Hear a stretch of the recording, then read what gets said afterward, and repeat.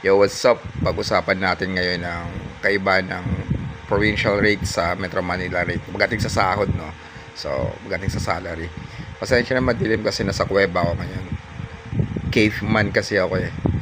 Una sa lahat, yung tax na nakukuha ng isang city or municipality or isang munisipyo. Ang sa Metro Manila kasi may tinatawag tayong easy access. Easy access meaning sa mga tao at mamamayan. Meaning pag lumabas ka ng bahay mo, halos lahat ng kailangan mo andyan na. Tanaw mo na, no? Parang one click away na lang, no? Gusto mo masyal sa mga mall, andyan lahat ng mga needs mo.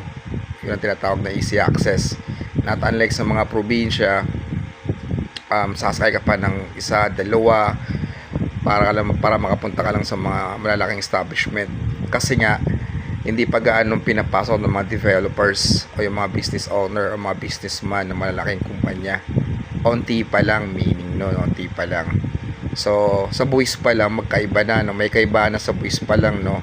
Magkaiba na yung nakukuha ng buwis ng Metro Manila sa buwis ng mga nasa probinsya. See, sana yun. Pangalawa, pag nasa Metro Manila ka, kung nangungupahan ka o may sarili kang bahay, doon na lang tayo sa nangungupahan, no? Yung cost of living malaki kasi pag nangungupahan ka sa Metro Manila, malaki ang rent. So cost of living kasama na rin yon. Malaki ang binabayaran ng mga tao, mamamayan. So malaki rin nakukuha ang buwis ng gobyerno, not unlike sa probinsya. Yung tulad ng pinili kong halimbawa ng Cainta ay mura lang paupahan. So onti lang din nakukuha ang buwis ng gobyerno ng isang munisipyo.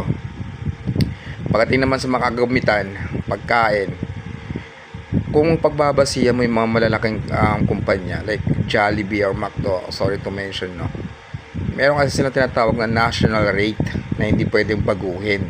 Ibig sabihin, kahit sa sulok ka man ng Pilipinas pumunta, iisa lang ang presyo nila. Kasi malalaking kumpanya sila, multi-billionaire, yung mga multi-millionaire, malalaki ang kumpanya ng mga yan, kaya may tinatawag na national rate. Ibig sabihin, sa buong Pilipinas, isa lang presyo ng mapagkain nila o binibenta nilang gamit. Pagdating sa mga damit like bench or anuman, isa lang, di ba, ang presyo. Pero bakit kamo sa Metro Manila iba yung pasahod, sa provincial iba ang pasahod, di ba? Gawa nga ng buwis. So isa yun sa tatlong main reason kung bakit may tinatawag na provincial rate at saka Metro Manila Manila rate pagdating sa pasahod. It's all because of tax. So yun, I hope may natutunan kayo ngayon, no? Have fun, mother father.